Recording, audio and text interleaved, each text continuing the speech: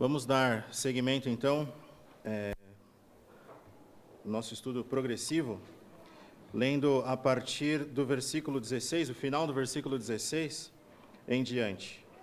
Ontem nós pudemos contemplar algumas coisas até o versículo 17.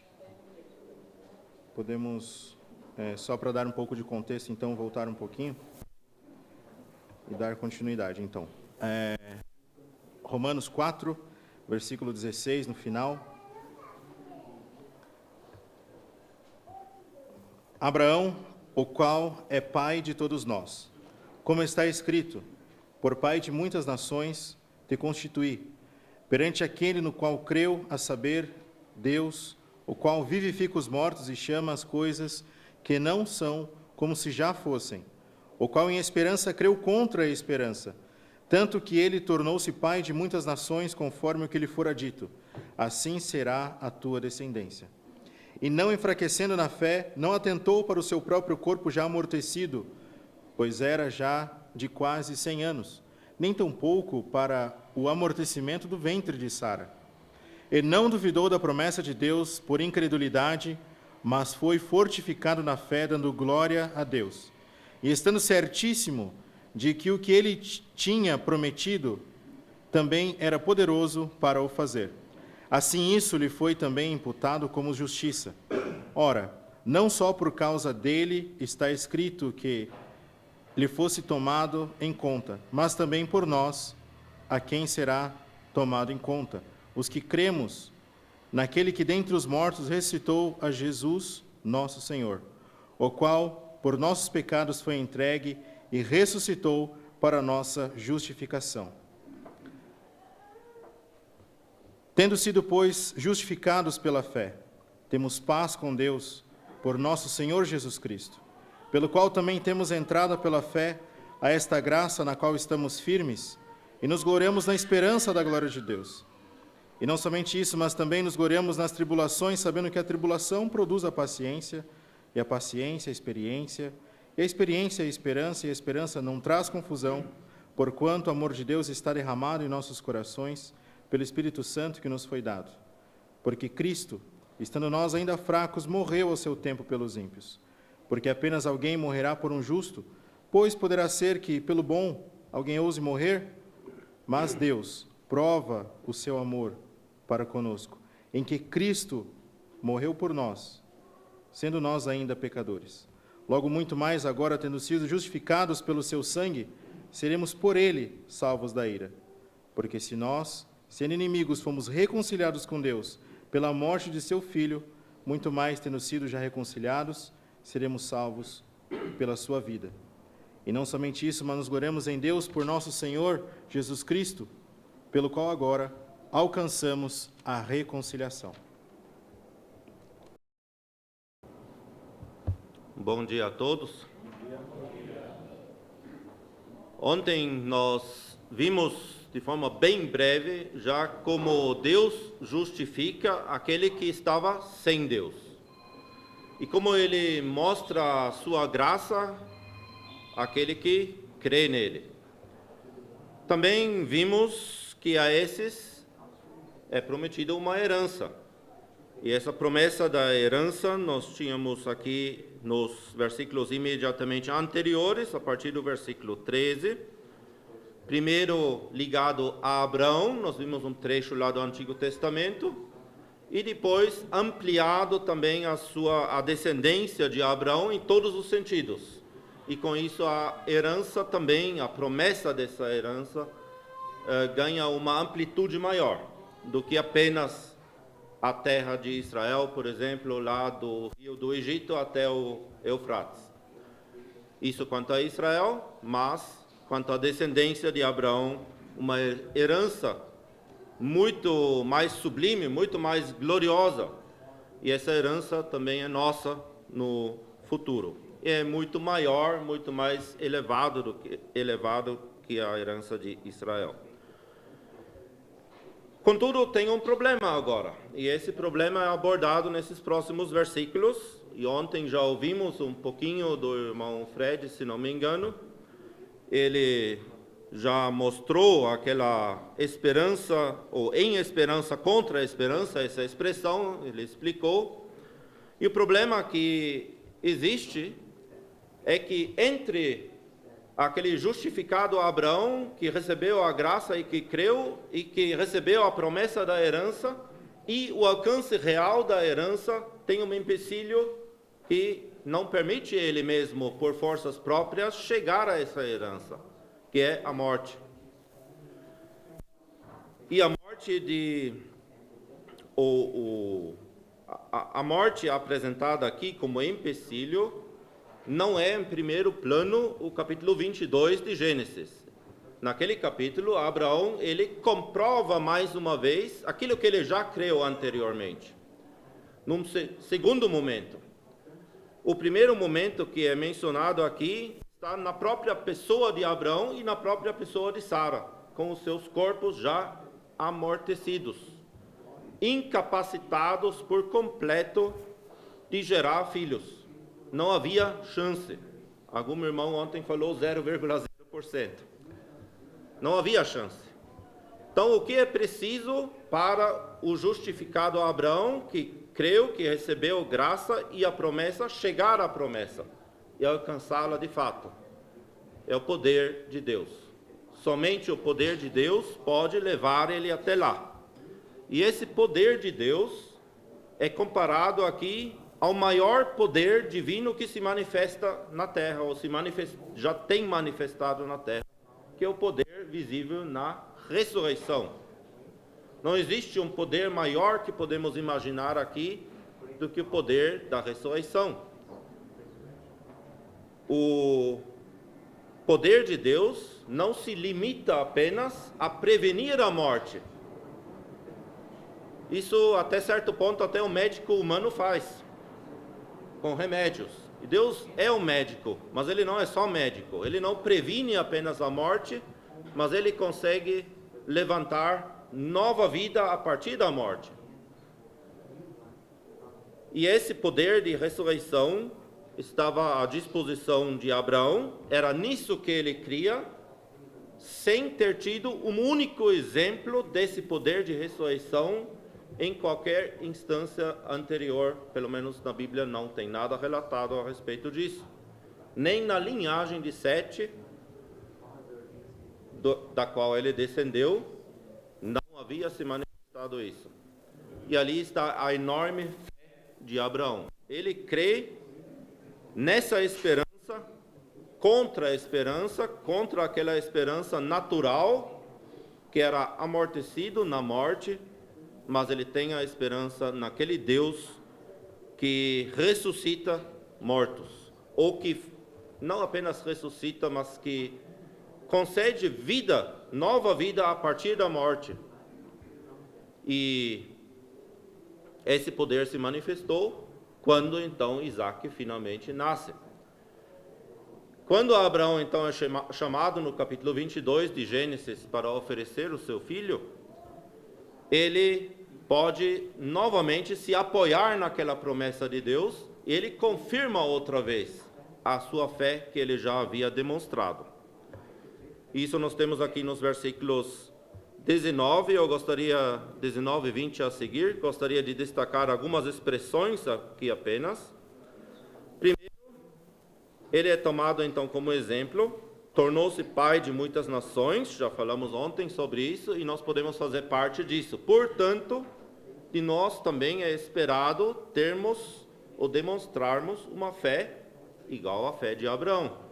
E como ontem já vimos, muitas vezes não temos essa fé na prática. E na verdade o trecho nos mostra que para nós é muito mais fácil do que para Abraão, porque nós temos tanto exemplos de pessoas que ressuscitaram, como também o próprio exemplo do Senhor Jesus, que é colocado aqui diante dos nossos olhares no final do capítulo 4. Ele ressuscitou para a nossa justificação. Então a nossa fé já é baseada num fato retrospectivo que nos demonstrou claramente esse poder de Deus, algo que Abraão não tinha. Isso é uma garantia da parte de Deus que nós também alcançaremos o alvo, o objetivo da nossa fé e aquela promessa da herança que ele fez a nós também. Uma outra expressão aqui, ele não enfraqueceu na fé. Eu não quero tomar muito tempo, então vou só mencionar. Ele não enfraqueceu na fé. Eu só confio no Senhor, ainda que o céu toldar, Ele está ali. Cantamos naquele corinho também da gloriosa herança. Então tivemos todos esses passos no corinho. Quem prestou atenção, verifica essa sequência ali. Versículo 20, ele não duvidou da promessa de Deus por incredulidade, foi fortificado na fé, ainda que ele tivesse tido uma queda em algum momento na fé, talvez, porque nós temos um relato que ele ficou no capítulo 17 dando risada de Deus, quando Deus prometeu de novo, mas ele passou por aquilo e, de novo, creu e se apoiou em Deus, foi fortificado. E ele estava certíssimo, versículo 21, totalmente seguro e certo de que ele, Deus, que tinha prometido, também era poderoso para o fazer. E o versículo 22, então, coloca mais uma vez uma conclusão a tudo isso, dizendo, isso lhe foi também imputado como justiça. E ontem já falamos sobre a expressão imputar, eu espero que tenha ficado claro. Se não, podemos também repetir isso de forma breve de novo, quando chegarmos a esse versículo. E daí, nos versículos 23 a 25, esse exemplo de Abraão é aplicado a nós e os nossos olhares são levados não mais para doutrinas, para explicações, mas sim para o centro da palavra de Deus, que é a pessoa do Senhor Jesus.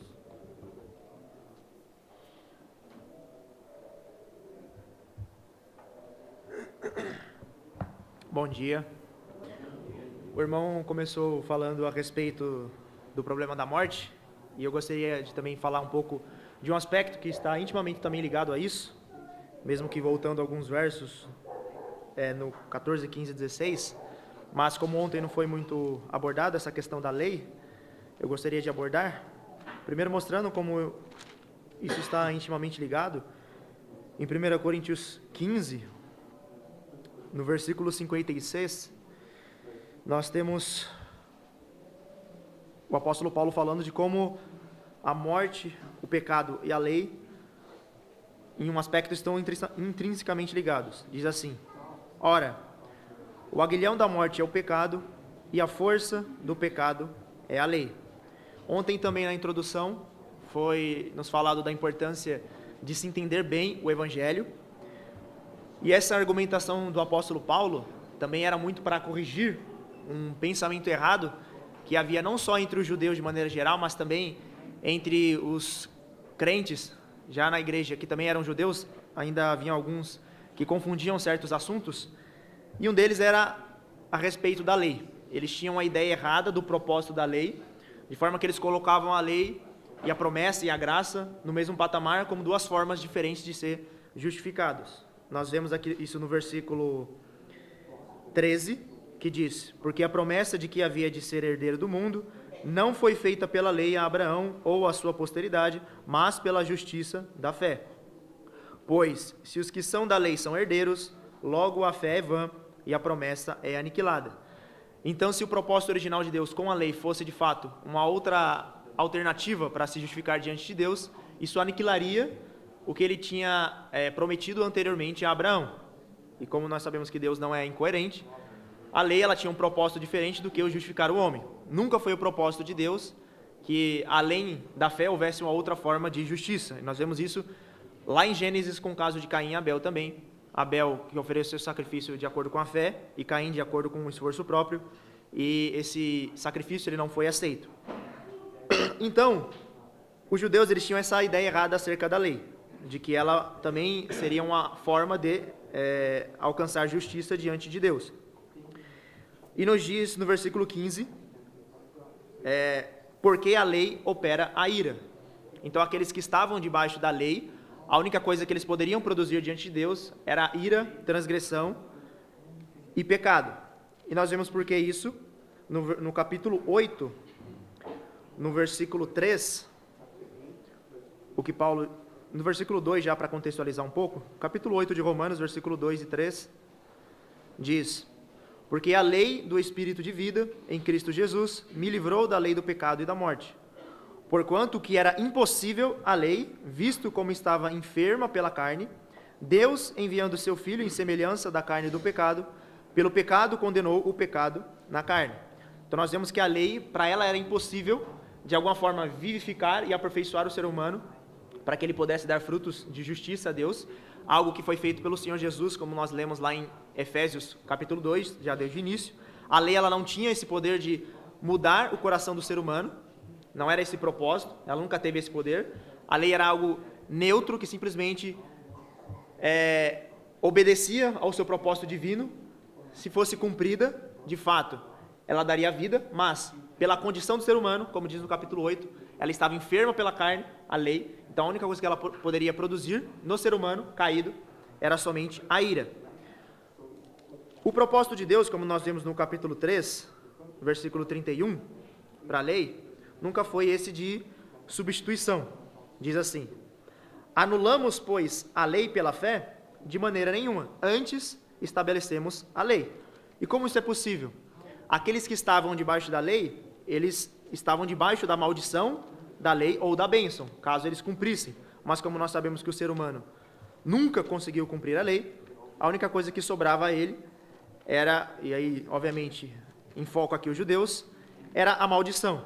E aí eu gostaria de ler alguns versos em Gálatas capítulo 3, que é uma passagem paralela, mais ou menos o mesmo assunto, com algumas diferenciações, mas que também esclarece sobre isso. Gálatas capítulo 3 nos diz, versículo 13: Cristo nos resgatou da maldição da lei, fazendo-se maldição por nós, porque está escrito: maldito todo aquele que for pendurado no madeiro.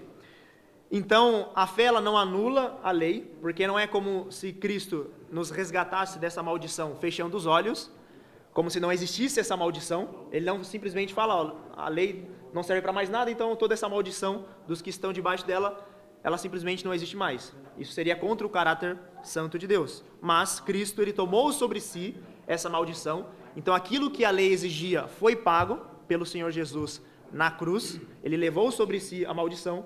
Então, dessa forma, a fé, a lei da fé, ela estabelece, ela confirma também a lei. Porque a paga que era necessária à lei, ela foi cumprida no Senhor Jesus. E também aqui em Gálatas nos mostra qual foi o propósito da lei, no versículo 19.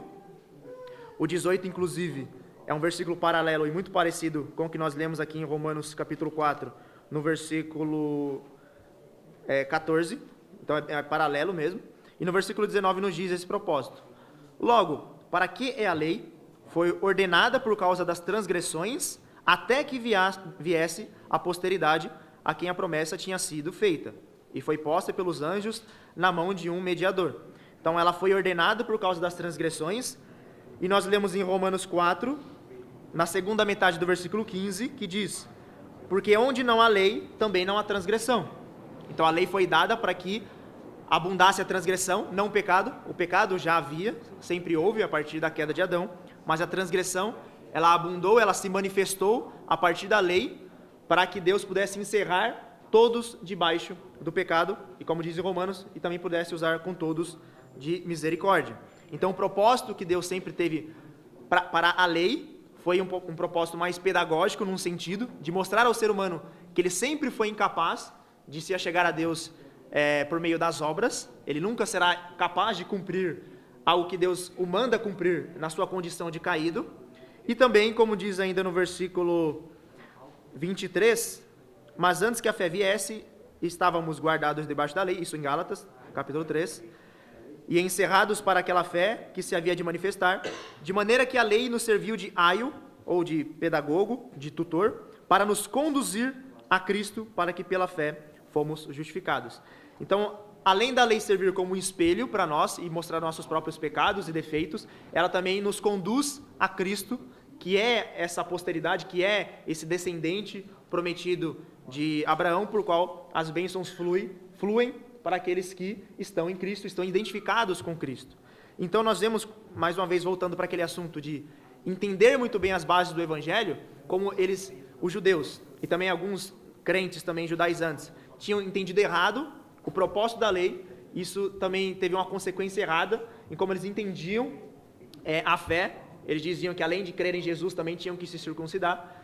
Então, também trazendo isso para nós hoje, como é importante conhecer muito bem a base do evangelho, porque se nós entendermos algum ponto errado, se nós nos desviarmos de algum ponto, como eles se desviaram, eles não entenderam o propósito exato da lei, nós também podemos de alguma forma chegarmos a uma conclusão errada, e isso também tem implicações práticas.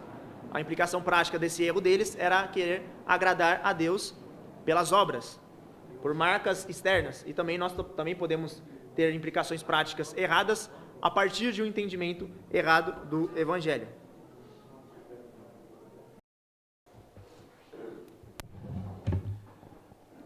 Ich möchte gerne etwas zu Vers 19 sagen. Eu gostaria de dizer algo a respeito do versículo 19. Für unser praktisches Glaubensleben. E agora para a nossa vida prática de fé. Und zwar zu diesem Ausdruck sehen. Sah er nicht oder achtete, heißt es, glaube ich, bei euch. Eu me refiro em especial àquela expressão que diz ele não viu, ele não atentou para o seu próprio corpo já amortecido. Darin ist einmal enthalten, Abraham hat sehr wohl registriert, ich kann kein Kind mehr zeugen.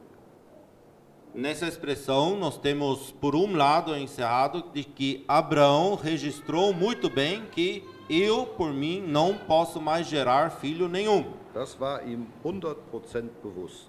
Essa consciência ele tinha 100%. Und er sah genauso klar, Sarah ist nicht mehr in der Lage, ein Kind zu empfangen.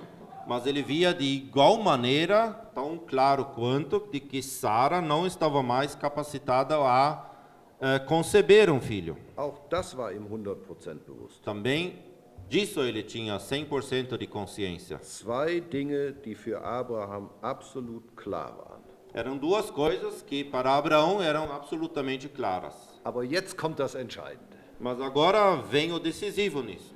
Wenn er auch ganz klar sah, unsere Möglichkeiten sind erschöpft, sind zu Ende. Ainda que ele visse com muita clareza, as nossas próprias possibilidades se esgotaram, não existem mais. Er richtet seinen Glaubensblick auf Gott. Ele direciona o seu olhar de fé para Deus agora. Und das nicht nur an einem Punkt seines Lebens, E isso não apenas em ponto de sua vida, sondern über viele Jahre. mas durante muitos anos. Wenn es hier heißt am Anfang von Vers 19, nicht schwach im Glauben, Quando diz aqui no início do versículo 19 que ele não enfraqueceu na fé, dann zeigt uns das Alte Testament sehr wohl, dass Abraham Mühe hatte, im Glauben standhaft zu bleiben. então o Antigo Testamento nos mostra, sim, que ele tinha uma certa dificuldade de permanecer firme naquela fé. Aber wenn der Heilige Geist hier schreibt, nicht schwach, Mas se o Espírito Santo escreve aqui não enfraquecendo, dann müssen wir lernen und akzeptieren. então nós devemos aprender e aceitar também Es ist der Heilige Geist, Gott, der Heilige Geist, der dieses Urteil über Abraham ausspricht. que é Deus, o Espírito Santo, que está expressando essa avaliação, esse julgamento a respeito de Abraão. Das ist kein Widerspruch, Não é uma contradição, sondern der Heilige Geist betont im Neuen Testament die positive Seite. mas o Espírito Santo aqui no Novo Testamento ele sublinha, enfatiza o lado positivo.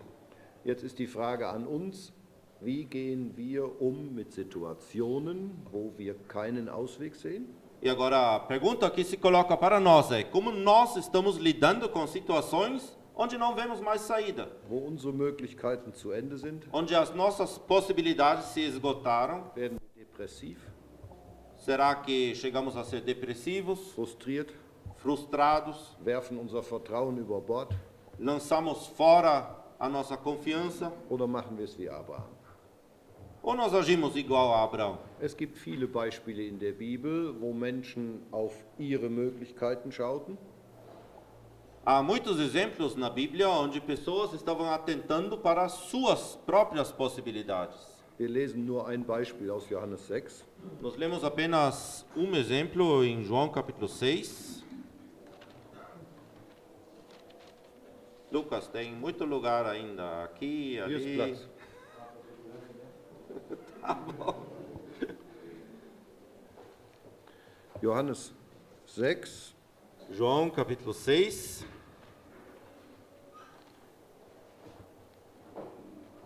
Vers 7. Versículo 7.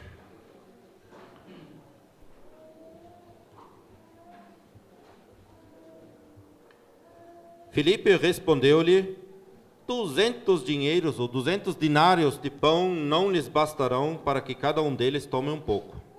Der Blick von Philippus war auf das gerichtet, was nicht geht. O olhar de Filipe foi direcionado àquilo que não funcionava. Und der Blick von Philippus war nicht gerichtet auf den Herrn Jesus, E o seu olhar não estava direcionado naquele momento ao Senhor Jesus, der kurze Zeit später zeigen würde, was sehr wohl geht. que pouco tempo depois mostraria o que funcionava de fato, Wenn göttliche Macht aktiv wird. quando o poder divino entra em ação.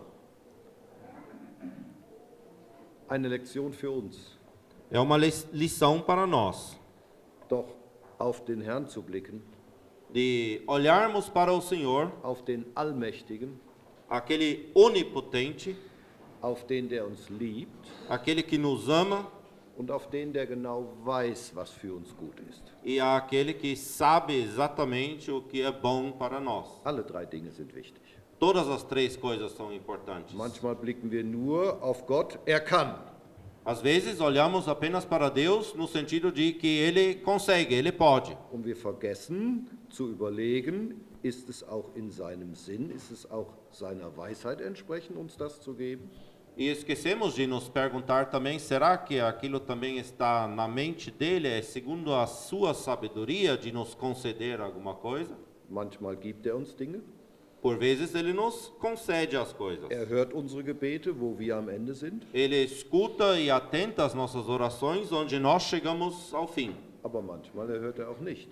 Mas às vezes Ele não atende no sentido positivo, dizendo sim. Dann hat er einen anderen Weg für uns. Mas aí Ele tem um outro caminho para nós. Und wir wollen ihm vertrauen, dass auch dieser Weg gut ist für uns. E queremos então confiar nele, que também aquele caminho diferente é bom para nós. Und wir wollen das zu einer Haltung, zu einer inneren Haltung machen. E queremos fazer disso uma postura, uma maneira de viver interior. Nicht nur dann, wenn wir an dem Punkt sind, wo wir definitiv nicht mehr können, Não apenas praticar isso no ponto quando nós definitivamente não conseguimos mais nada, sondern sofort, immer wieder, beständig unseren Glaubensblick auf Gott gerichtet halten. mas sim direcionar o nosso olhar de fé para Deus sempre, continuamente, imediatamente. Zum Schluss noch etwas zum Ende von Vers 20. E para finalizar, ainda algo a respeito do final do versículo 20. Wodurch gab Abraham Gott Ehre? Por meio de que Abraão estava dando honra a Deus? Um momento. Nas nossas Bíblias tem dando glória a Deus. Glória no original também significa honra. E na Bíblia do irmão tem honra nesse lugar. Hat er Gott angebetet? Ist das gemeint? Será que ele adorou a Deus? Isso se refere à adoração?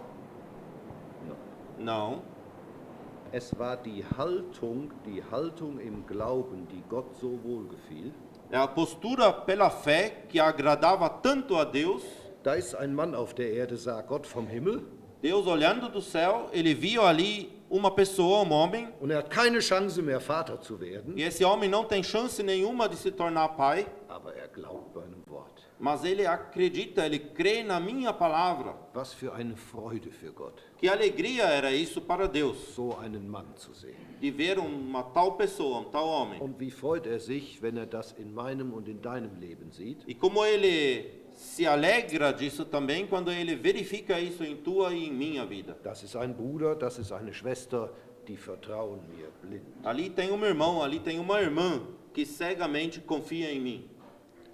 Ab Vers 23 macht der Apostel Paulus dann das, was er schon öfter in diesem Kapitel gemacht A hat. partir do versículo 23, o apóstolo Paulo então faz aquilo que já por diversas vezes ele fez nesse capítulo. Er hat immer wieder angefangen mit einem alttestamentlichen Beispiel. Ele sempre de novo iniciou pensamento com um exemplo do Antigo Testamento. David, Davi, Abraham, Abraão, von der Beschneidung hat er gesprochen. ele falou da circuncisão, Von der Verheißung vom Nil bis zum Euphrat hat er ele gesprochen. falou daquela promessa do Rio Nilo até o Eufrates. Und danach hat er immer wieder den Blick erweitert E em seguida ele sempre ampliava a visão auf die Nachkommenschaft Abrahams, para a descendência de Abraão, auf das Erbe, was wir bekommen, Epheser 1, Vers 11. também para aquela herança que nós vamos receber, segundo Efésios 1:11. Und genau das macht er jetzt hier wieder in den Versen. E o mesmo procedimento 24 e ele 25. está utilizando aqui de novo nos versículos 24 e 25. Und dieser Vers 23 macht uns doch richtig glücklich. E o versículo 23 no meio, ele nos faz muito feliz. Gott schreibt uns diese wunderbaren Dinge auf, Deus, ele deixou registrado essas coisas maravilhosas unseretwegen, por nossa causa, damit wir lernen können, para que nós pudéssemos Damit- aprender, unser Glaube gestärkt wird. para que nossa fé fosse fortalecida. Und darauf kommt er jetzt in Vers 24 zu sprechen. E a isso ele se refere agora no versículo 24. Da geht es um den Glauben an den Gott, der Jesus aus den Toten auferweckt hat. Onde se trata agora daquela fé que ressuscitou a Jesus de entre os mortos. Wir finden in der Bibel Glauben an den Herrn Jesus, Nós encontramos na Bíblia a fé no Senhor Jesus, zum Beispiel Römer 3, Vers 22. por exemplo, em Romanos 3, versículo 22. Isto é, a justiça de Deus pela fé em Jesus Cristo. Em Jesus Cristo. Wir finden später in Vers 25 den Glauben an sein Blut. Encontramos no versículo 25 a fé no seu sangue. Aber hier geht es um den Glauben an diesen großartigen Gott, Mas aqui se trata agora da fé naquele grandioso Deus, für den es kein Hindernis gibt, para quem não existe empecilho nenhum Leben aus dem Tod hervorzubringen. de produzir vida a partir da morte. Beispiel Abraham, O exemplo de Abraão das großartige Beispiel des Herrn Jesus. e o grandioso exemplo do Senhor Jesus. Und das ist aufgeschrieben, damit wir im Glauben gestärkt werden. Isso foi escrito para que a nossa fé fosse fortalecida.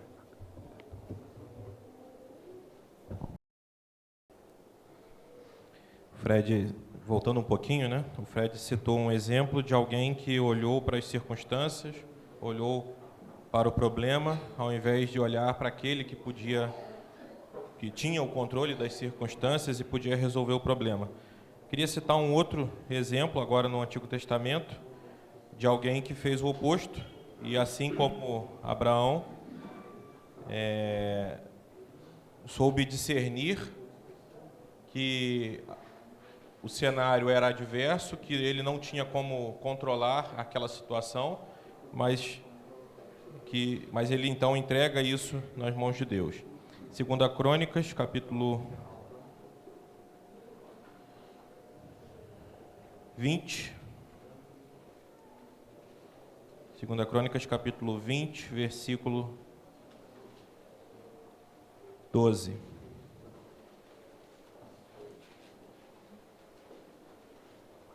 Nós temos aqui uma passagem na vida do rei Josafá. Ele tinha diante de si um grande e poderoso exército e ele então faz uma oração. Ele diz assim, versículo 12: Ah, nosso Deus, acaso não executarás tu o teu julgamento contra eles? Porque em nós não há força para resistirmos a essa grande multidão que vem contra nós. E não sabemos nós o que fazer, porém os nossos olhos estão postos em ti. Portanto, Josafá, ele não tinha um otimismo baseado em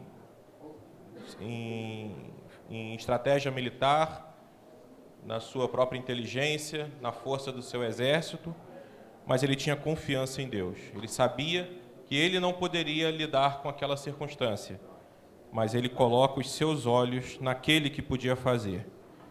E Deus, nesse caso, né, prontamente responde. Às vezes a resposta demora, né, alguns anos para vir. Nesse caso, Deus responde prontamente. Nos versículo 17, Deus fala para Josafá: neste encontro não tereis de pelejar. Tomai posição, ficai parados, e vede o salvamento que o Senhor vos dará, ó Judá e Jerusalém. Não temais, nem vos assusteis. Amanhã saí-lhe ao encontro, porque o Senhor é convosco. Interessante que em situações diferentes, Deus dá instruções diferentes também, né? Para cada caso, nós temos instruções específicas. Nesse caso de Josafá, Deus diz: ficai parado. Tomai posição, mas ficai parado. Temos naqueles exemplos de fé que já têm sido falados, né, na vida de Abraão. Primeiro, Deus manda ele sair da sua terra, e Abraão mostra a sua fé saindo, né? Portanto, há ali uma atividade por parte de Abraão, ele tem que tomar uma atitude, sair. No caso de Isaac, quando Deus manda oferecer o sacrifício, Abraão também demonstra a sua fé ali, mas ele também tem que tomar uma atitude, uma ação, ele tem que ir até o local e levar Isaac para o sacrifício. Mas nesse episódio do capítulo 15 de Gênesis, né, quando Deus fala para Abraão olhar as estrelas e diz para ele: olha, de ti, né, haverá uma grande descendência. Abraão apenas confia. Ali ele não pode fazer nada, né? Ali ele não tem nenhuma atitude a tomar. Ele tem apenas que ficar parado e esperar que Deus cumprisse a promessa. E foi o que ele fez. E por fim, no versículo 18, 2 Crônicas 20, 18, o resultado, né, dessa instrução que Deus dá a Josafá: então Josafá se prostrou com o rosto em terra, e todo Judá e os moradores de Jerusalém também se prostraram perante o Senhor e o adoraram. Portanto, antes do resultado final, antes da guerra ser vencida, Josafá e o povo se prostraram e adoraram, né? Isso é um pouco diferente do que vimos no texto de Romanos, né? Ali nós já ouvimos que Abraão dá honra a Deus, né, pela sua atitude de fé. Não se trata ali especificamente de adoração. Aqui, Josafá e o povo se prostram em adoração. E também, então, isso podemos aprender aqui com essa circunstância de Josafá. A adoração, será que nós, em uma circunstância tão adversa, tão difícil, né, nós conseguiríamos ter a tranquilidade de parar e colocar nossos pensamentos no Senhor, apreciá-lo simplesmente, e ao invés de ficar pedindo ou até mesmo agradecendo, mas apenas contemplá-lo, né? Será que nós conseguiríamos colocar o nosso coração no Senhor, diante do Senhor, em adoração? Isso exige alguma tranquilidade, isso exige alguma disposição de pensamento, né? Que nossa mente não pode estar nesse momento turbada pelos problemas, mas precisamos estar com nossos olhos de fato no Senhor. Então, temos aqui um exemplo de alguém que olhou para o Senhor nas circunstâncias difíceis, confiou e também pôde adorá-lo. Tem um corinho no idioma inglês muito conhecido que fala mais ou menos assim: Pai Abrão tem muitos filhos tem o pai Abrão. Eu sou um deles. Vamos louvar ao Senhor. E pai Abrão, o pai da toda a questão da fé, nos é apresentado aqui no versículo 23, dizendo que não somente por causa dele isso está escrito, que ele foi levado em conta, mas também por nossa causa. Deus está muito entusiasmado com esse Abrão. Ele é colocado aqui sob os holofotes. Deus, permita-me dizer, ele tem apreço em nos mostrar esse exemplo de Abrão. Nós estamos aqui diante de uma das pessoas mais dignas de imitação. Vamos nos deixar sensibilizar por esse exemplo que teve a apreciação de Deus.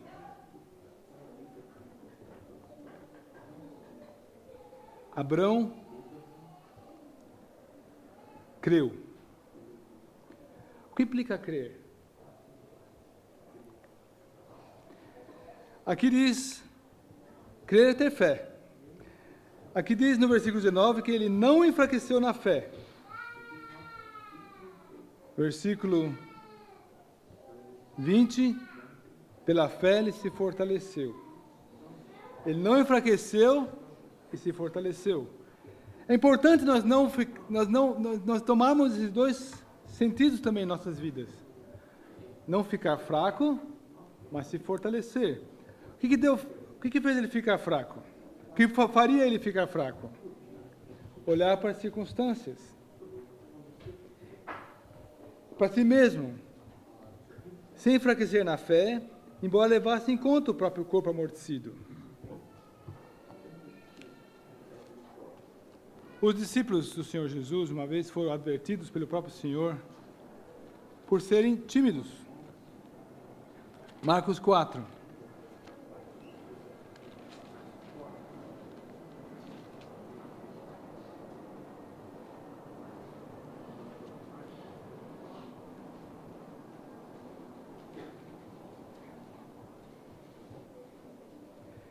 Versículo 37. Ora, levantou-se grande temporal de vento, e as ondas se arremessavam contra o barco, de modo que o mesmo já estava a encher-se de água.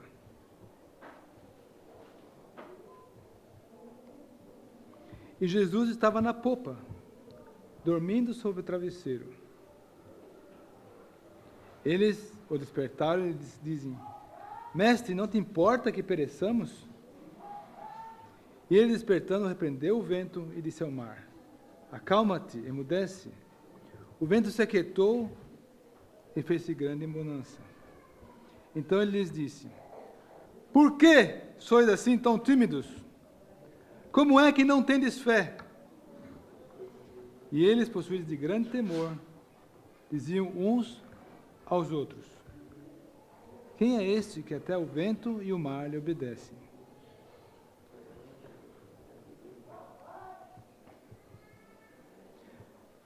Nós vemos aqui que o Senhor Jesus estava com eles no barco, por eles não recorrer ao Senhor. Eles deixaram a situação ficar dramática. O Senhor Jesus estava dormindo porque ele não foi solicitado. E quando a situação estava dramática, eles o repreendem, eles lhe lançam insinuações, dizendo: não te importa que pereçamos? E o Senhor diz: por que sois tão tímidos? Por que não recorrestes a mim? Vocês tinham a possibilidade, vocês não tiveram coragem de recorrer a mim. Vocês agora não estão com fé. E dá para perceber pela reação deles que eles tinham grande temor. E diziam aos outros: quem é esse que até o vento e o mar lhe obedecem? Percebe-se que eles não tinham discernimento de quem estava com eles. Eles não tinham conhecimento do Senhor Jesus.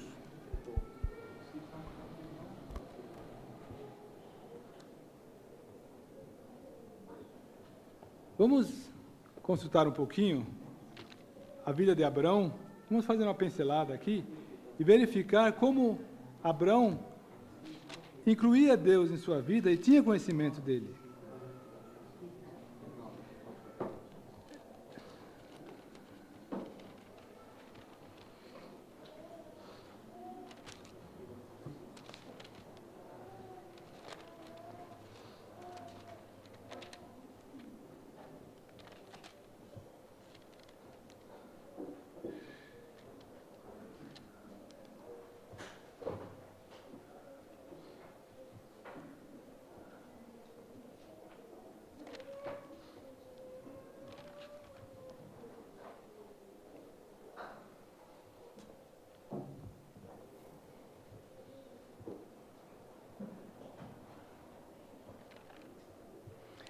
Eu gostaria de citar uma coisa que aconteceu na casa dele. Gênesis 16, a serva dele, a Agar, tem uma conversa com Deus, e no versículo 13, ela invocou o nome do Senhor que lhe falava, e disse, tu és o Deus que me vê. Pois disse ela, não olhei eu nesse lugar para aquele que me vê? Por isso aquele poço que se chama Ber Laai Roi, está entre Cádiz e Berede. O Deus que vê, ou o Deus que se deixa ver. Agar deu à luz um filho a Abraão, e Abraão, a seu filho que lhe dera Agar, chamou-se Ismael. Ismael é o Deus que ouve. Então vemos que na casa dele, da qual ele é o cabeça, há o discernimento de que Deus vê, Deus se deixa ver, Deus ouve. Deus é um Deus real, palpável, um Deus que pode ser incluído e deve ser incluído em nossas vidas. E Deus se manifesta a ele no capítulo 17, versículo 1, no fim. O Senhor disse-lhe, eu sou Deus Todo-Poderoso, anda na minha presença e ser perfeito. Então vemos esse aspecto de estar na presença do Senhor e ser perfeito, buscar a irrepreensibilidade. E nós vemos um outro cenário, uma outra cena na vida dele, capítulo 18, versículo 33. Tendo cessado de falar a Abrão, retirou-se o Senhor, e Abrão voltou para o seu lugar. O que aprendemos aqui? Ele ficou para trás. O Senhor falou com ele, ele ficou para trás, para quê? Para refletir. Ele ficou para ponderar sobre Deus. Outro exemplo, nós vemos que as peregrinações de Abrão, capítulo 20, versículo 17. E orando, Abrão sarou Deus Abimeleque, sua mulher, e suas servas, de sorte que elas pudessem ter filhos. Aqui ele pode ser uma bênção para outros pela fé que ele tinha, pela confiança que ele tinha em orar para Deus.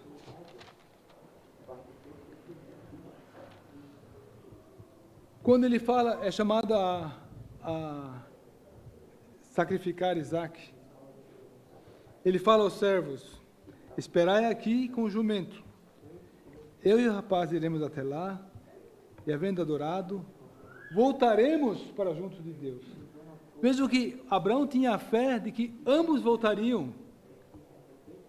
Não é só eu vou voltar, eu vou sacrificar Isaac e vou voltar. Não, nós voltaremos. Então,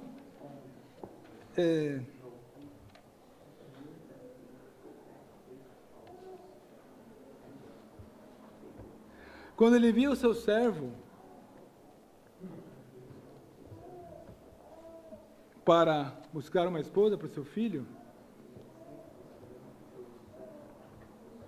o servo testifica,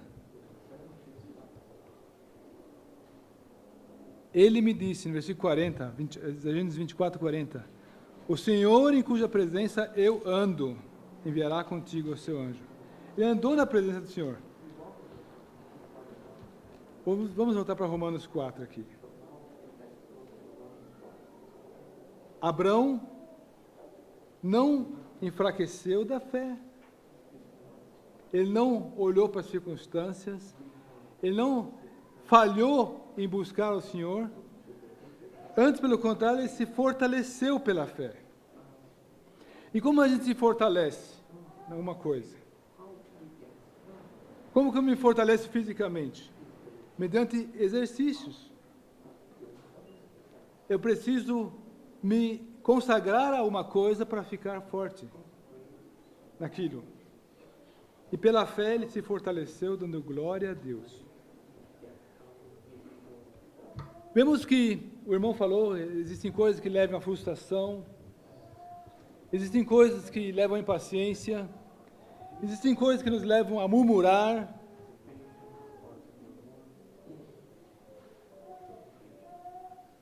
Se nós vemos as coisas sob a perspectiva de Deus, se nós, ao invés de dar vazão à nossa emoção e ver as coisas sob a nossa perspectiva, vemos as coisas sob a perspectiva de Deus, nós nos fortalecemos na fé. Nós dizemos a nós mesmos que o que Deus faz é justo, é perfeito. Porque a nossa tradução diz aqui, dar glória a Deus. O que é glória? Glória é a excelência da virtude. O que quer dizer isso? Se eu dou glória a Deus, eu enfatizo o caráter de Deus. Eu caracterizo aquilo que de Deus se manifesta, aquilo que Deus é.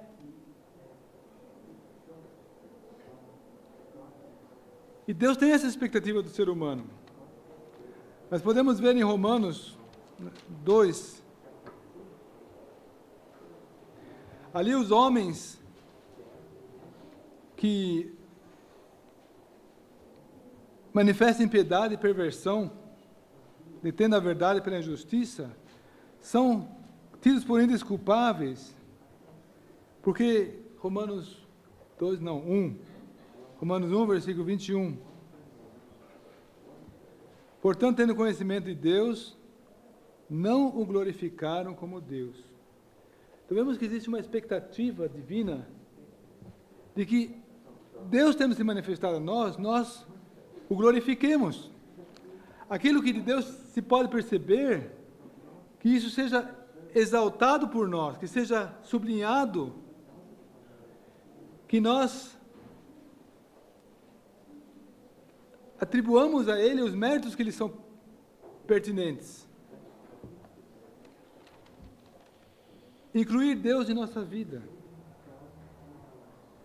Então, nós vamos estar sensíveis a esse exemplo que os holofotes divinos colocam diante de nós aqui, de um homem que não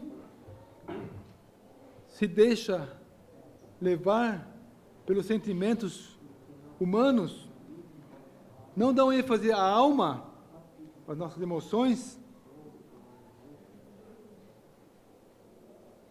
mas dá ênfase ao espiritual, à relação com Deus e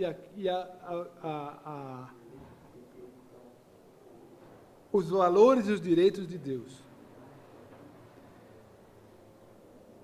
Ele justificou a Deus. Ele estava plenamente convicto de que Deus era poderoso para cumprir o que prometera. Ele estava focado em Deus. E nós vimos nos exemplos que nós contemplamos da vida dele, como Deus era o centro em sua casa. Nós não lemos que ele tinha um altar que falava de sua relação com Deus. Ele obedecia a Deus. E a sua casa havia o interesse de fazer e buscar as coisas de Deus. E isso proporcionou a ele ter uma visão clara da realidade. Ele teve o ânimo de esperar em Deus e de contar com Deus. Que o Senhor nos conceda a graça de que esse Abraão, do qual nós somos filhos, seja contemplado e visto também em nossas vidas.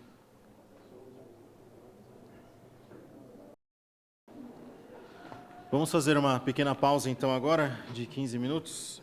Retornamos aqui às 11h05. E depois, dando sequência, né, no estudo, e logo após nós teremos o almoço. Bom, apenas para nos orientarmos no estudo, nós podemos nos encaminhar já para o final do capítulo, né? Já abordamos os últimos versículos, podemos nos encaminhar para o final desse capítulo e já entrarmos no capítulo 5. E aí, na liberdade que os irmãos têm, podemos já entrar no próximo capítulo, que é o 5 de Romanos. E esse estudo, então, nós temos até 11h45. Como nós invadimos um pouquinho o horário do estudo, podemos invadir também um pouquinho do horário do intervalo. então ir até mais ou menos 10 para o meio-dia. Bom, nós já terminamos quase o capítulo 4, então falta pouca coisa. Nós temos um versículo importante, me parece, que é o último versículo, porque ele tem uma ligação direta, como também ouvimos no primeiro dia, com essa primeira parte dessa epístola, que trata na parte doutrinária, em sua primeira sessão, do problema dos pecados. Dos pecados, no plural, os atos pecaminosos cometidos pelo ser humano. E a solução para esse problema, que acarreta consigo culpa diante de Deus, precisava de perdão dos pecados. E esse versículo 25 do capítulo 4, ele nos fala a respeito do Senhor Jesus, que na pessoa de quem aquele enorme poder de ressurreição foi demonstrado e no qual nós cremos, e essa fé foi colocada à nossa conta, foi creditada em nossa conta, imputada a nós, que cremos, versículo 24, naquele que dentre os mortos ressuscitou a Jesus nosso Senhor, e o irmão Fred abordou esse versículo. E agora nos é falado desse Jesus, nosso Senhor, o que ele fez, o qual por nossos pecados foi entregue. Isso faz uma referência então clara à obra da cruz do Gólgota. Deus, o grandioso Deus, o todo-poderoso e onipotente Deus, ele entrega o seu próprio Filho por nossos pecados. Por teus pecados, por meus pecados. E ainda que não estamos numa conferência sobre evangelização, estamos sim numa conferência que trata do Evangelho. Então eu gostaria de, ainda que não é o tema, deixar um pequeno pensamento para quem ainda não tem o Senhor Jesus como Salvador. De repente tem alguma criança aqui ainda, algum jovem. Você já está acompanhando há anos os irmãos indo para as reuniões, mas tudo isso não tem valor diante de Deus para a sua salvação. Tem valor porque você está na presença de Deus, mas simplesmente estando na presença de Deus não te leva àquela herança da qual temos falado. Precisa mais. Precisa também a fé, precisa crer. Crer em quê? Crer na pessoa do Senhor Jesus, que se entregou por teus pecados, por você. Se ele se entregou por nossos pecados, significa que você deveria ter estado no lugar da morte. E você não teria tido chance nenhuma de ressurreição dessa morte, porque você só tinha pecados. E alguém que só tem pecados na sua conta, não tem como ressuscitar. Deus não consegue, em sua justiça, te colocar em vida, só com pecados na conta. Então essa conta tem que ser zerada de pecados e enchida da justiça de Deus. E é isso que esse versículo nos diz. Jesus foi entregue por nossos pecados. A base da nossa salvação, da sua salvação, da minha salvação, está na cruz do Gólgota, na entrega do Senhor Jesus. De Jesus, nosso Senhor, diz o versículo. A partir daquele momento, ele se torna também Senhor de cada um de nós. Ele gostaria que nós o seguíssemos, levássemos agora uma vida de fé, e aí temos a justificação de Deus, que nos é imputada pela fé na pessoa do Senhor Jesus, nessa fé semelhante à fé de Abraão, e para isso o Senhor Jesus não podia ficar na morte. Deus também não pôde deixá-lo na morte, porque assim como Deus teria sido absolutamente justo em condenar a cada um de nós e não tirar da morte, ele, pela mesma justiça, tinha que ressuscitar o Senhor Jesus porque o Senhor Jesus não tinha pecado nenhum na sua conta. Ele tomou sobre si os nossos pecados. Ele fez os nossos pecados, ele se fez também pecado. Mas esse é o tema do outro bloco de Romanos. Então Deus o ressuscitou para a nossa justificação. Então temos aqui nesse versículo resumido aquilo que o Senhor Jesus faz. Finalmente o Espírito Santo conduz o nosso olhar então para essa pessoa. E a partir daí temos então o capítulo 5, entrando nele, os versículos 1 até 11, e seria interessante no último bloco hoje à noite, ou por meio do estudo coletivo, ou de repente por um irmão que nos explica nos últimos 10 minutos por meio de alguma palestrinha, talvez um dos irmãos do exterior, o restante que não estamos contemplando, para finalizarmos esse bloco dentro do livro de Romanos. É uma divisão natural. Esses versículos terminam a primeira sessão que trata então dessa questão dos pecados, e os versículos 1 a 11 são como se fosse um resumo das verdades que temos aprendido nos capítulos anteriores. Nós já falamos da justiça de Deus nos capítulos anteriores, que oferece perdão de pecados, dos pecados ao ser humano, e que justifica aquele que crê. Temos visto isso, por exemplo, no capítulo 3, em vários versículos, versículo 22 em diante. Também temos visto a graça de Deus, que abençoa aquele que estava sem Deus, mas agora crê. E temos visto, por último, o poder de Deus, pelo qual ele ressuscita os mortos e coloca, então, a você e a mim, que cremos agora, os crentes, diante de si mesmo justificado. E agora, no capítulo 5, nós aprendemos que por detrás de tudo isso está também o amor de Deus manifestado pela pessoa do Senhor Jesus. E assim nós temos no versículo 1 desse capítulo, que, como falamos ontem também, retoma o pensamento do capítulo 3, versículo 28, onde tínhamos lido: concluímos, pois, que o homem é justificado pela fé sem as obras da lei. Tendo sido, pois, justificados pela fé, temos paz com Deus por nosso Senhor Jesus Cristo. De novo, essa maravilhosa pessoa por quem todas essas bênçãos vêm até nós. É por meio dele. Por meio dele nós temos paz com Deus. Versículo 2, por meio dele temos entrada pela fé a esta graça. Versículo 9, depois, pelo seu sangue somos salvos da ira. Versículo 10, nós somos reconciliados com Deus pela morte de seu Filho. Versículo 11, nós nos gloriamos em Deus por nosso Senhor Jesus Cristo, pelo qual agora alcançamos a reconciliação. Então, tudo por meio do Senhor Jesus.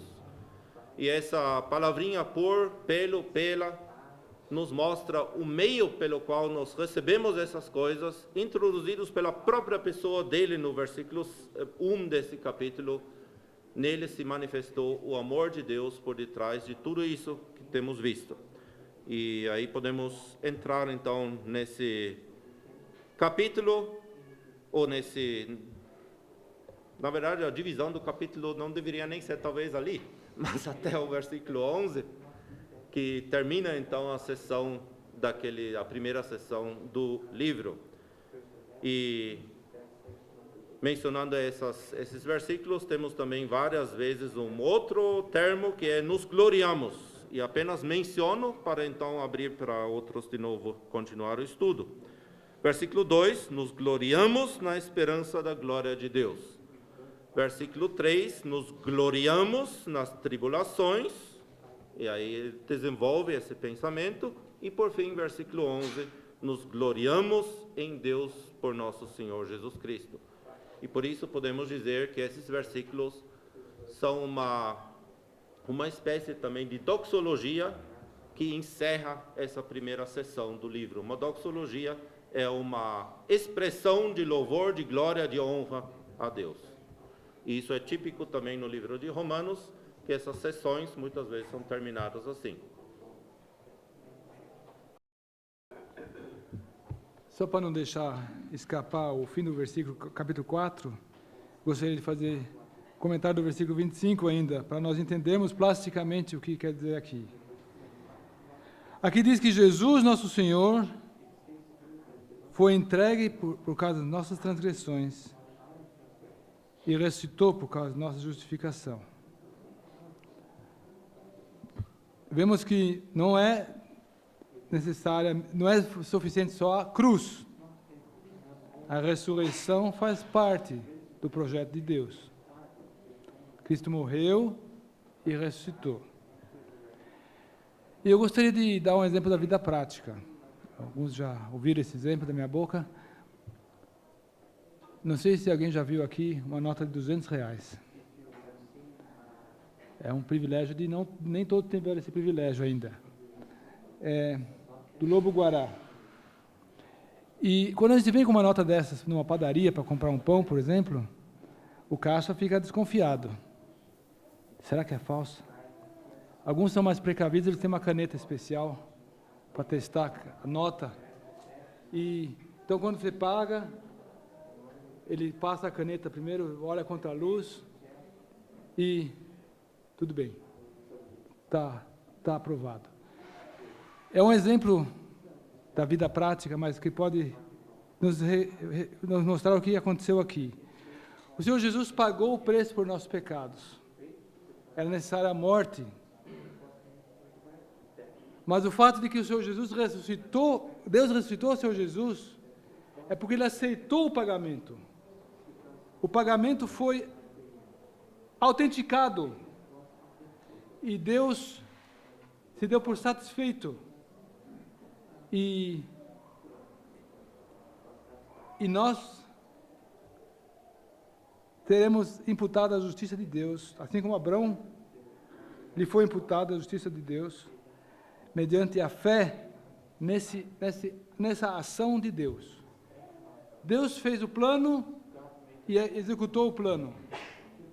E agora Ele diz, eu perdoo aquele que crê nessa minha justiça. E Ele declara justo, põe um carimbo na ficha de quem crê. Declarado justo, daquele que aceita esse pensamento de Deus acerca de seu Filho. Essa obra, essa ação consumada na pessoa do Senhor Jesus. Sua morte e ressurreição. Ich meine, wenn wir so herrliche Dinge hier betrachten, Eu penso que quando contemplamos coisas tão maravilhosas assim aqui, dann gehört es sich für Gläubige, diesem wunderbaren Gott zu danken. então é digno de crentes de agradecermos a esse tão maravilhoso Deus. Und vielleicht können wir zusammen beten. E talvez podemos orar juntos.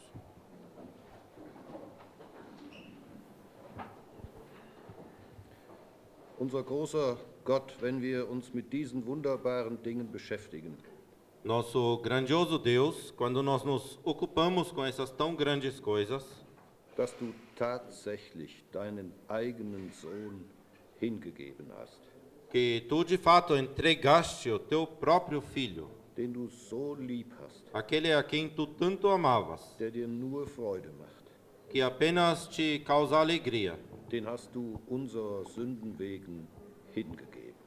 Este tu entregaste por causa de nossos pecados. Nicht nur hingegeben, indem du ihn auf diese Erde gesandt hast, Não entregando apenas enviando a esta terra, nicht nur hingegeben in dieses dreistündige, schonungslose Gericht, não apenas entregando naquele juízo das 3 horas, sem que fosse poupado, du hast ihn in den Staub des Todes gelegt. mas tu o puseste no pó da morte. Und dann war der Herr Jesus im Grab Então o Senhor Jesus esteve na sepultura und er war tot. E ele estava morto wegen uns, por nossa causa, wegen der vielen Sünden, die wir getan haben, por causa dos muitos pecados que cometemos in unseren Gedanken, em nossos pensamentos, in unserem Tun, em nossos afazeres, in unseren Wegen. ou em nossos feitos, em nossos caminhos também. Du hast ihn hingegeben wegen uns. Tu o entregaste por nossa causa. Und wir beugen uns vor dir in unseren Herzen, E em nossos corações nós nos inclinamos diante de ti, dass du das getan que hast. tu o fizeste assim. Wir freuen uns von Herzen darüber, dass du ihn auferweckt hast. Nós nos alegramos de coração pelo fato que tu o ressuscitaste. Ihn, der wegen fremder Schuld gestorben ist, Aquele que morreu por causa de culpa alheia, der selbst immer rein heilig war und blieb, que em si mesmo sempre esteve e continuou sendo puro e santo. den konnte der Tod nicht behalten. Aquele a morte não pôde reter. Du hast ihn auferweckt. Tu o ressuscitaste. Und wir haben gerade gelesen in deinem Wort wegen uns, E acabamos de ler na tua palavra que foi por nossa causa, damit unsere Rechtfertigung vor dir auf einer gerechten Grundlage ruht. para que a nossa justificação diante de ti pudesse se apoiar em uma base justa. Wenn wir bedenken, dass wir Sünder waren, Se nós meditarmos no fato de sermos pecadores, gottlos, sem Deus, kraftlose, sem forças, Feinde, inimigos, und du hast ihn für uns hingegeben. e tu então o entregaste por nós Und unserer Rechtfertigung wegen auferweckt. e o ressuscitaste por nossa justificação, Dann staunen und bewundern wir dein herrliches Tun in dem Herrn Jesus. então nós nos admiramos e admiramos de boca aberta o teu maravilhoso feito no Senhor Jesus. Und wir wollen dich loben, preisen und anbeten dafür. E nós queremos te louvar, bendizer e adorar por isso. Du hast unsere Herzen erwärmt durch diese beiden letzten Verse. Tu aqueceste os nossos corações por meio desses últimos 2 versículos. Und wir bitten dich, setze dieses Werk fort, dass es brennende Herzen werden. E te pedimos que tu possas continuar essa obra para que esses corações ardem. Amém. Eu proponho que nós não percamos a oportunidade de regozijar sobre esse fato. Eu gostaria que fiquemos de pé, cantar o hino 508, estrofe 1 e 2. E vamos cantar bem animados, com regozijo.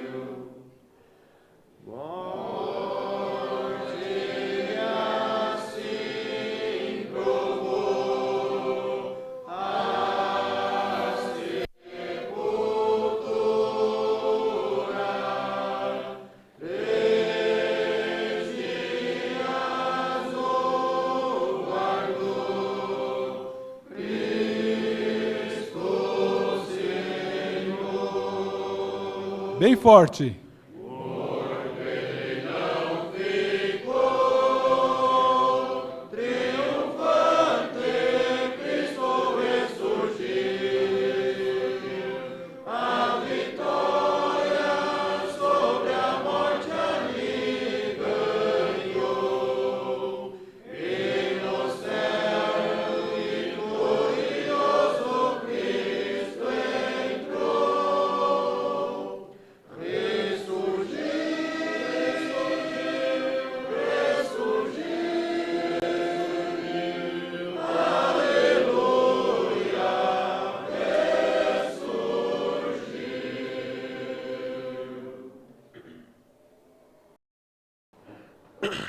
eu gostaria ainda de complementar, olhar por um outro ângulo, ainda o versículo 25 do capítulo 4, porque nós vemos a justificação atrelada à ressurreição do Senhor Jesus.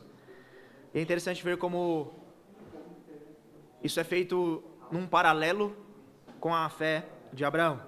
Aqui no capítulo 4, Abraão ele é colocado como padrão, como exemplo dos crentes, como exemplo daqueles que têm fé, daqueles que creem. E são feitos dois paralelos para exemplificar isso. O primeiro, que nós já falamos muito bem ontem, assim como Abraão creu, isso lhe foi imputado como justiça, sem as obras da lei e na incircuncisão. Da mesma forma, nós também cremos em Deus, sem as obras da lei, somente por meio da fé, também em circuncisão. Isso nos é imputado como justiça. Esse é o primeiro paralelo. O segundo é, assim como Abraão creu no Deus que vivifica os mortos, como diz no versículo 17, assim como Abraão crê no Deus que tem poder para ressuscitar os mortos, nós também cremos no Deus que ressuscitou e que ressuscita os mortos e vai ressuscitar os mortos. Nós cremos no Deus que ressuscitou ao Senhor Jesus.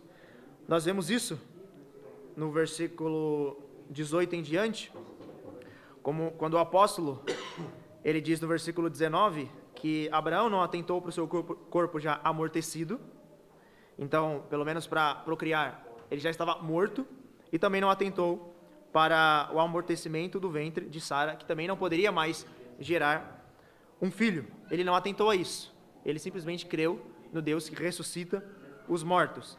E dessa mesma forma, nós cremos no Deus que ressuscitou a Jesus. Isso também é um paralelo, por isso que a justificação, além do já explicado pelo irmão Peter, que é um carimbo dado por Deus, um recibo dado por Deus, em que o sacrifício de Cristo foi aceito, isso também é um segundo paralelo que nós temos com Abraão. Nós temos esses dois exemplos. Além disso, o irmão Bernardo falou um pouco àqueles que ainda não têm depositado fé no Senhor Jesus. Eu gostaria de ler em Romanos capítulo 10, mais uma vez, o papel da fé nisso.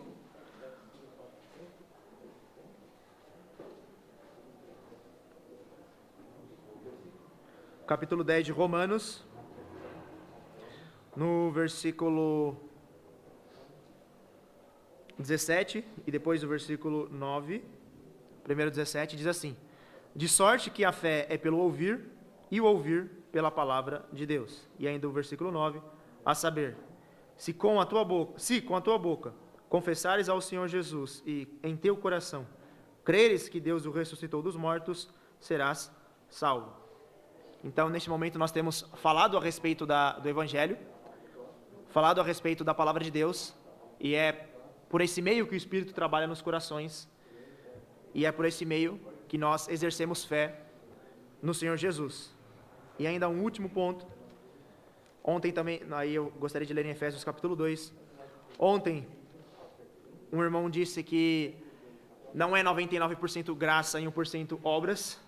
Então, gostaria de também até falar um pouco a respeito da fé que nós exercemos. Às vezes nós podemos pensar que isso é uma obra humana, mas olhando o que a Escritura diz, o que o próprio apóstolo Paulo, inspirado pelo Espírito de Deus, diz, no versículo 5 em diante, diz, capítulo 2 de Efésios: estando nós ainda mortos em nossas ofensas, nos vivificou juntamente com Cristo, pela graça sois salvos, e nos ressuscitou juntamente com Ele, e nos fez assentar nos lugares celestiais em Cristo Jesus. Versículo 8, porque pela graça sois salvos por meio da fé, e isso não vem de vós, é dom de Deus. Então, mesmo a fé que nós exercemos, essa fé salvífica, ela não é obra humana, até mesmo essa fé, ela é graça, e ela é um dom concedido por Deus a nós.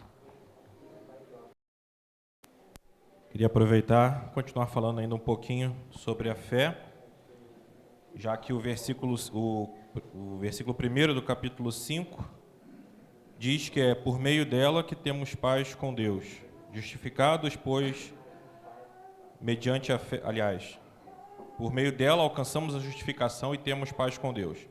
Justificados, pois, mediante a fé, temos paz com Deus. Quando o homem pecou pela primeira vez, ele estava ali no Jardim do Éden, né, uma história já conhecida, e Deus havia falado para ele que ele podia desfrutar de tudo que tinha ali no jardim, exceto de uma árvore. Ele não poderia comer o fruto de uma árvore. E foi exatamente isso que o homem fez, né? Ele fez a única coisa que ele não poderia fazer, ele foi lá e comeu daquele fruto. E alguém poderia dizer, mas apenas comer o fruto de uma árvore pode causar tanto estrago, né? Mas, na verdade, a questão é o que tem por trás daquela ação do homem, né? Deus disse para o homem não comer do fruto. E o homem deu ouvidos à serpente, aquela serpente que não tinha nada com ele, a serpente não tinha feito nada por ele. A serpente questionou a palavra de Deus e o homem acreditou na serpente e deixou de acreditar em Deus. Esse foi o grande problema. A grande ofensa foi que o homem não creu em Deus, não creu naquilo que Deus disse. Se ele cresce, ele teria feito exatamente o que Deus mandou. E isso foi extremamente ofensivo para Deus. Só para talvez exemplificarmos de uma maneira bem frágil, né? Se o Mauro me convida para ir na casa dele e eu chego lá e digo, o Mauro diz, nossa, Michael, eu estou muito feliz de te receber na minha casa. E eu digo assim, não, Mauro, não está não, você está mentindo.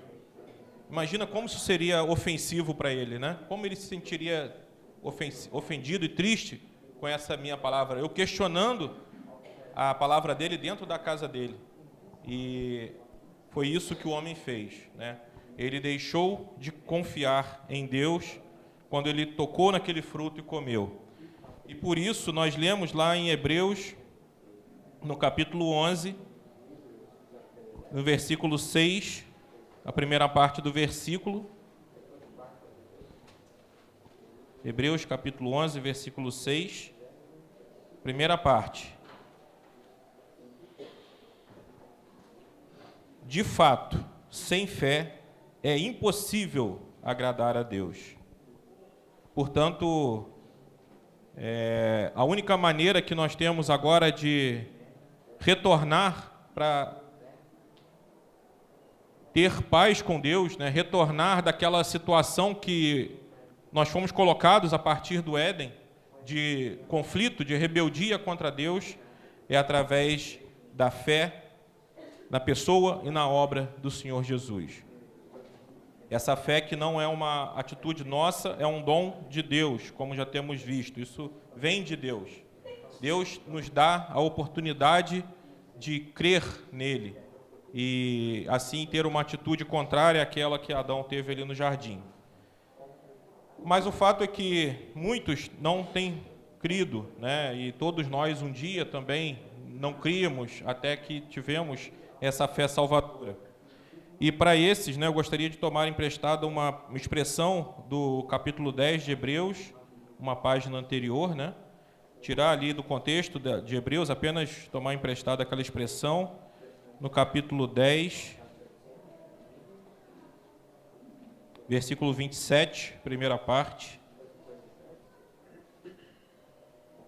Hebreus 10, 27, primeira parte. Apenas usando essa expressão, certa expectação horrível de juízo. Portanto, é isso que o homem tem se ele não confiar em Deus, se ele não tiver fé na pessoa e na obra do Senhor Jesus, certa expectação de juízo. O homem pode até não compreender isso, não perceber isso, né? O homem pode até tentar se convencer de que ele não está preocupado com o seu futuro eterno, mas o fato é que se ele não crer, só resta para ele certa expectação terrível ou horrível de juízo. E nesse cenário em que nós não temos uma expectativa boa, apenas uma expectativa terrível, nos é apresentada a possibilidade de salvação, nos é apresentada agora a possibilidade de sermos justificados diante de Deus. Isso nós vimos no capítulo 4. Como podemos ser justificados? E o versículo 5, o capítulo 5, no versículo 1 diz: justificados, pois, mediante a fé, temos paz com Deus. Portanto, aquele cenário que se estabeleceu a partir do Jardim do Éden, quando o homem pecou, quando o homem se tornou um inimigo de Deus, quando o homem se rebelou contra Deus, esse cenário ele pode ser revertido. Podemos voltar, ou melhor, podemos agora ter paz com Deus. E essa paz, ela se dá por meio de nosso Senhor Jesus Cristo. Temos ainda um versículo que gostaríamos de ler. Eu creio que esse versículo poderá ser lido mais tarde, quando ainda formos falar sobre a reconciliação, mas para termos já uma ideia, né, de como isso funciona, podemos ler 2 Coríntios, capítulo 5,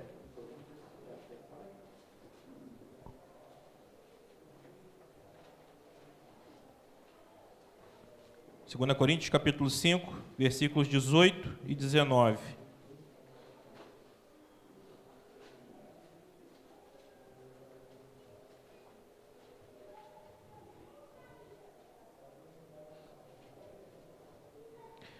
Segunda Coríntios, capítulo 5, versículos 18 a 19. Ora, tudo provém de Deus, inclusive a fé, como já ouvimos, que nos reconciliou consigo mesmo por meio de Cristo e nos deu o ministério da reconciliação. A saber, que Deus estava em Cristo, reconciliando consigo o mundo, não imputando aos homens as suas transgressões, ou seja, as violações da lei, e nos confiou a palavra da reconciliação. Portanto, nós estávamos afastados, estávamos longe, estávamos em uma atitude de rebeldia contra Deus, e Ele, por meio de Cristo, nos reconciliou. Ele veio em nosso encontro. Ele foi nos buscar para termos novamente uma relação com Ele. E essa relação, ela não é somente de salvação, não é somente que nós vamos ter vida eterna, ou temos já vida eterna, isso já seria maravilhoso, mas é também uma relação de paz, em que Ele agora nos chama para a comunhão do Seu Filho. Vemos isso também lá na primeira carta de Paulo aos Coríntios, no capítulo 1, apenas o último versículo, 1 Coríntios, capítulo 1, versículo 9. Fiel é Deus, pelo qual fostes chamados à comunhão de seu Filho, Jesus Cristo, nosso Senhor. Portanto, nós temos agora paz com Deus. Nós temos a certeza de que não vamos mais passar por aquele terrível juízo. E, além disso, nós podemos agora nos sentar à mesa com o Senhor, ter comunhão com Ele, e isso num ambiente de completa paz. Portanto, é maravilhoso aquilo que Deus fez por nós na pessoa do Senhor Jesus.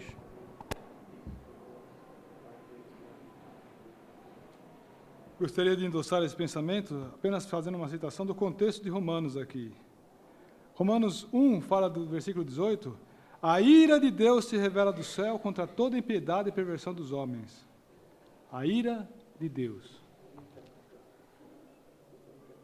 Capítulo 3, versículo 5, fala que porventura será Deus injusto em aplicar a sua ira?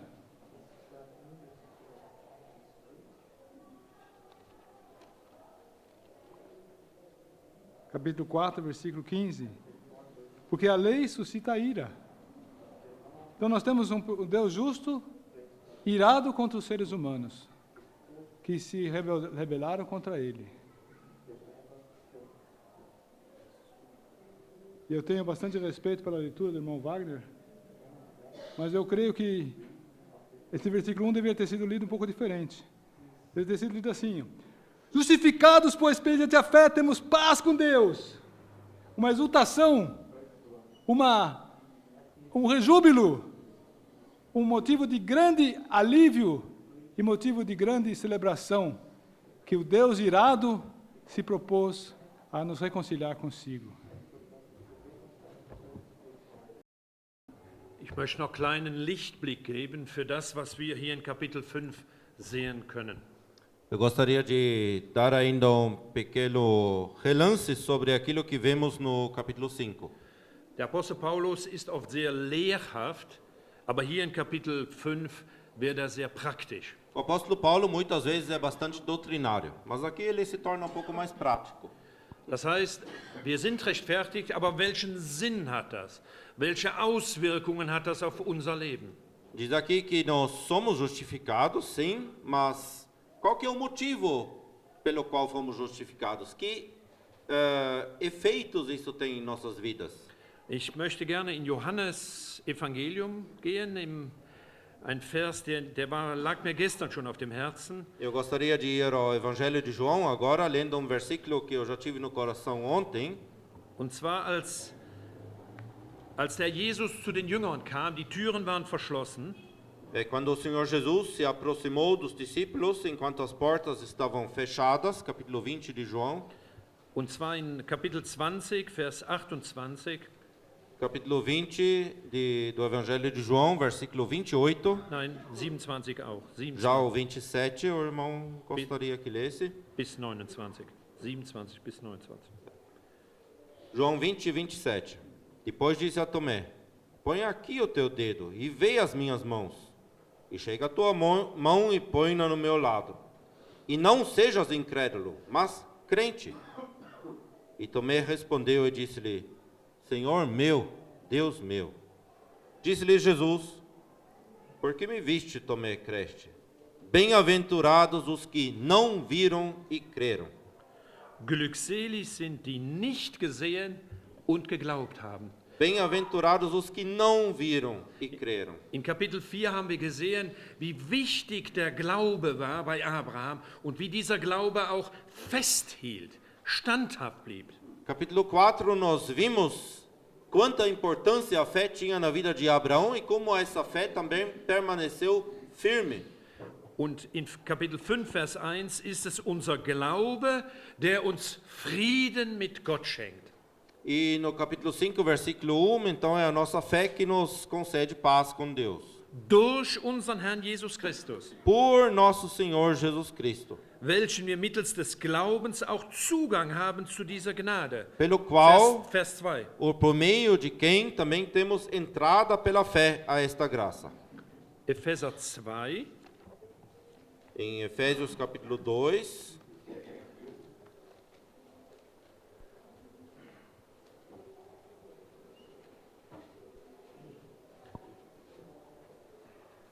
Vers 14. e versículo 14, diz: porque Ele, Cristo, porque Ele é a nossa paz, o qual de ambos os povos fez e derrubando a parede de separação que estava no meio. Und jetzt befinden wir uns in diesem Zeitalter des Evangeliums. Frieden mit Gott durch das Blut des Herrn Jesus. E agora nós estamos situados nessa época do Evangelho, tendo agora paz com Deus, Und so finden wir jetzt, pelo sangue do Senhor Jesus. so finden wir jetzt bis Vers 11, von Vers 1 bis Vers 11, praktische Hinweise, wie wir das im Alltag anwenden können. E agora encontramos do versículo 1 até o versículo 11 ali dicas como podemos colocar isso em prática no dia a dia. Und so haben wir auf der einen Seite die Belehrung aus dem Alten Testament hinführend zu Christus, Rechtfertigung durch die Auferstehung in Vers 25. E assim nós temos então aqueles exemplos do Antigo Testamento que nos levam, guiam até Cristo que ressuscitou para a nossa justificação, versículo 25. Aber dann haben wir auch den Schlüssel für den Alltag, für die Mutter, für das Kind, für uns junge Leute, überall wo wir sind, können wir diese Dinge anwenden. Mas então também temos aqui uma chave para o dia a dia, para o pai, para a mãe, para a criança, em todos os lugares onde estamos, podemos aplicar essas coisas. Und das finden wir ab Vers 3 und werden wir, so Gott will, heute Nachmittag. E isso encontramos a partir do versículo 3, o que Deus querendo assim, vamos contemplar durante a tarde. Eu creio que é possível, Peter, depois melhorar um pouco na entonação do capítulo 5, e eu até concordo que seja feito. Pois bem, irmãos, nós chegamos ao final desse bloco, então, teremos logo mais o almoço, que será servido ao meio-dia. Então, a gente pode ir finalizando esse bloco por aqui.